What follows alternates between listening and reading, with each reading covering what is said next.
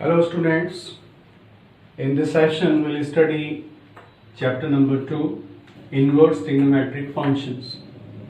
Now it contains the word inverse, okay? So we should know what is invertible functions. So a function is said to be invertible if it is 1 as well as onto, that is bisective. Okay, let's take the first function, the sine function. Okay, sine is a function from R to close interval minus 1 comma 1. Here R is domain and close interval minus 1 comma 1 is its range.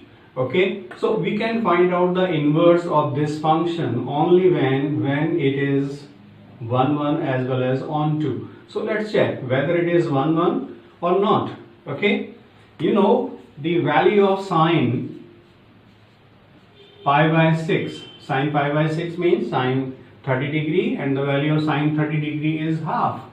Okay, now tell me what is the value of sine 5 pi by 6. Sine 5 pi by 6, that is lying in second quadrant. Okay, so that is also 1 by 2. Okay, 150 degree. So what are you seeing here? The images of pi by 6 and 5 pi by 6 are same as 1 by 2. So it means that this sine function is not 1. Okay, it is not 1. So it means the inverse of this sine function does not exist. Okay, so what to do? The name of the chapter is inverse trigonometric function. It means anyhow we have to find out the inverse of the sine functions.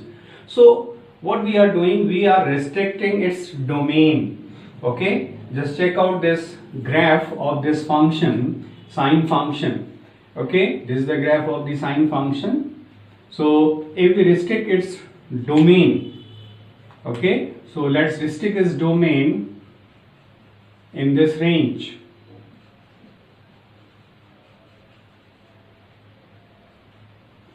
Okay, so we are restricting its domain from minus pi by 2 to pi by 2. Okay, the domain of the sine function is R here, but in place of R we are taking this interval minus pi by 2 to pi by 2. So let's take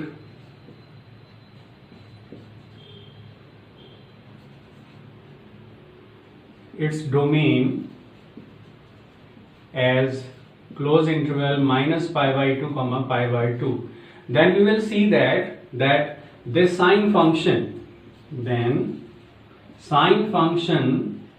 from close interval minus pi by 2 comma pi by 2 to the range minus 1 comma 1 will be 1 as well as onto.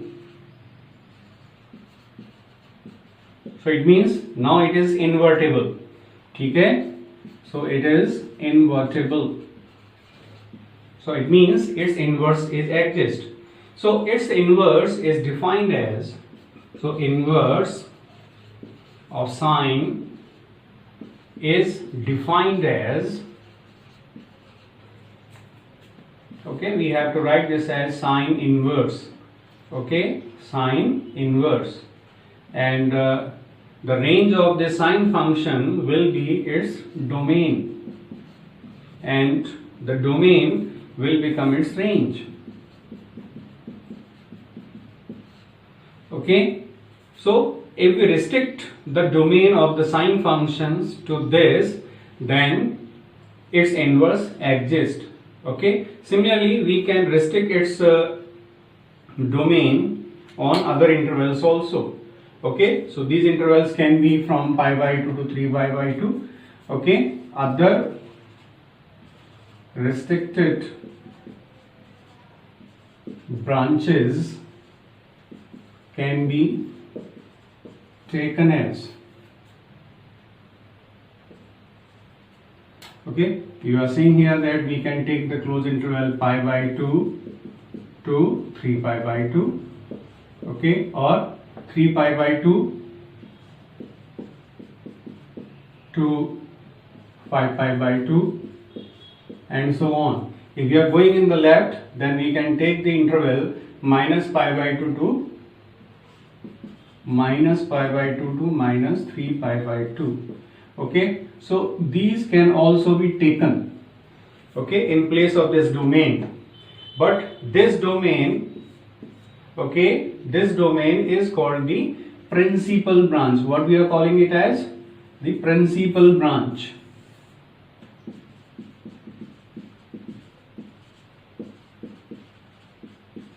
Okay, this is called the principal branch, and these are called other branches of this sine inverse function. So you have seen here that the inverse of sine functions can exist only when we are restrict the domain R in place of closed interval minus pi by 2 comma pi by 2, or these intervals can also be taken, but mainly we are taken only this interval, closed interval minus pi by 2 comma pi by 2, and that's why this is known as the principal branch. Okay, I hope that this is clear to you about the inverse trigonometric functions. Okay, let's take one example.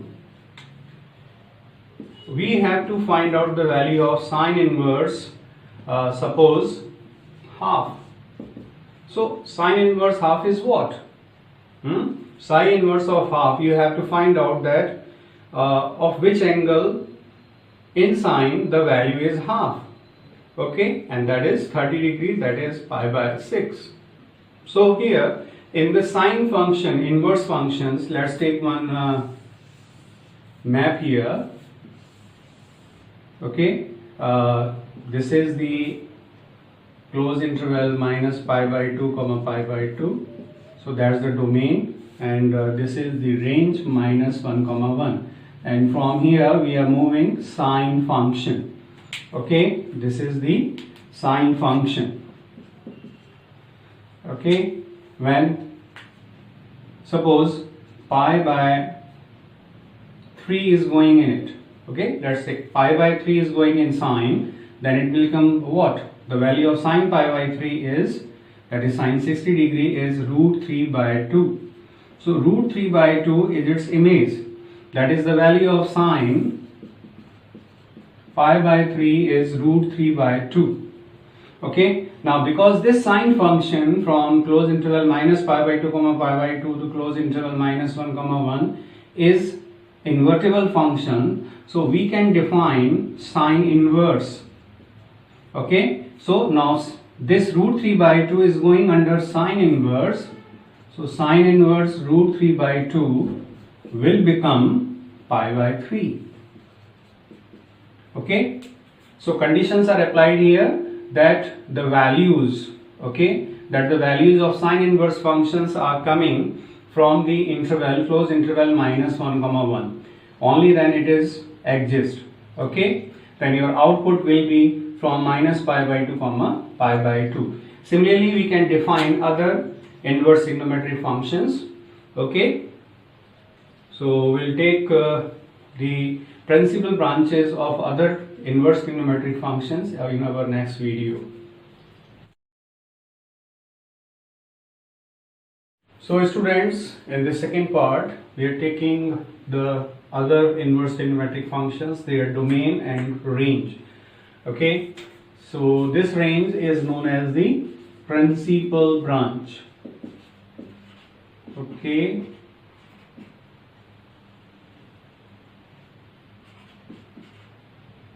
principal branch. Whatever the values will lie in the principal branch, they are known as the principal value. Okay, principal value. So just see here, the first function that we have discussed in our previous video, sine inverse, the domain is closed interval minus 1 comma 1, and the range, that is the principal branch, is closed interval minus pi by 2 comma pi by 2. Okay, then we have cosec inverse. Okay, cosec inverse, the domain is R minus closed interval minus 1 comma 1, and its principal branch is closed interval minus pi by 2 comma pi by 2 minus 0, because it is not defined on 0. Cosec 0 is undefined. Okay, then we have tan inverse, its domain is R and its principal branch is open interval minus pi by 2 comma pi by 2, because you know tan is undefined at pi by 2 and minus pi by 2. Okay, So here what are you saying? The principal branch of these three, they are just same. Okay, minus pi by 2 comma pi by 2. Here also we have minus pi by 2 comma pi by 2 excluding 0. Here we have minus pi by 2 comma pi by 2 excluding minus pi by 2 and pi by 2. Now we'll take cos inverse. Its domain is closed interval minus 1 comma 1 and its principal branch, that is range, is 0 comma pi, closed interval 0 comma pi. Then we have sec inverse r minus closed interval minus 1 comma 1 and its principal branch is closed interval, that is same, okay, of cos inverse and sec inverse in excluding pi by 2.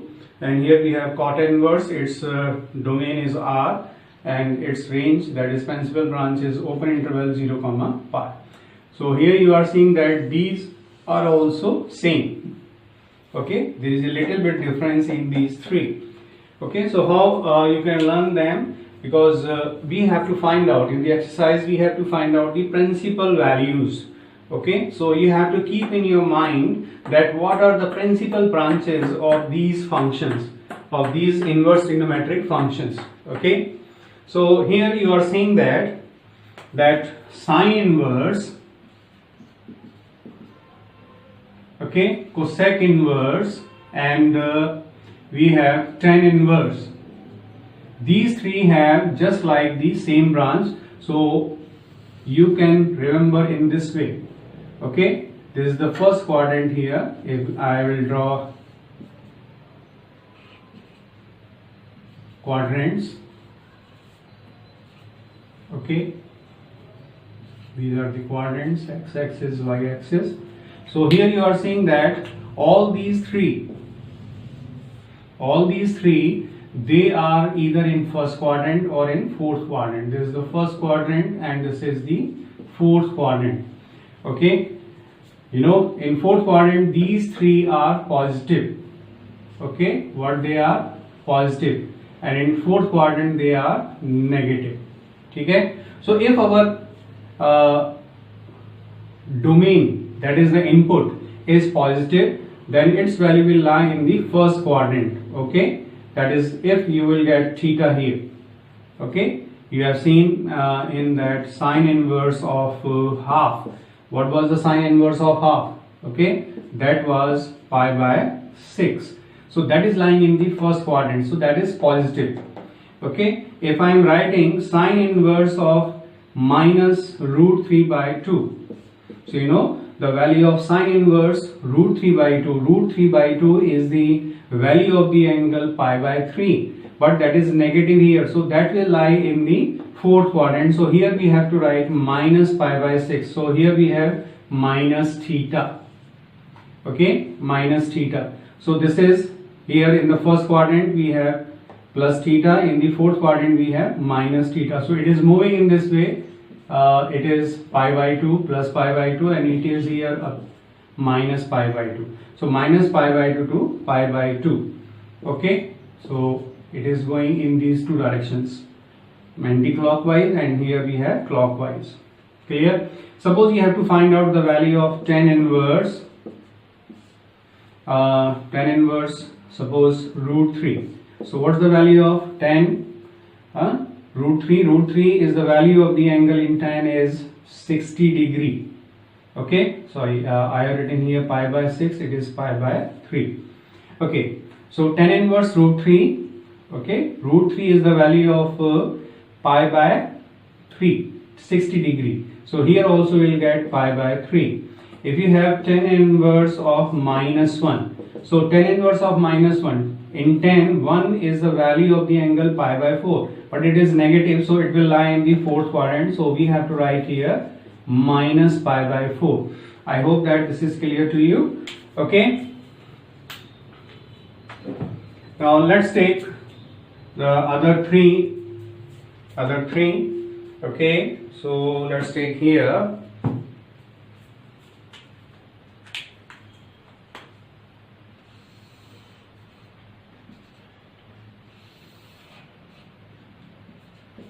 x-axis, this is y-axis. Oh, now it is moving in this way.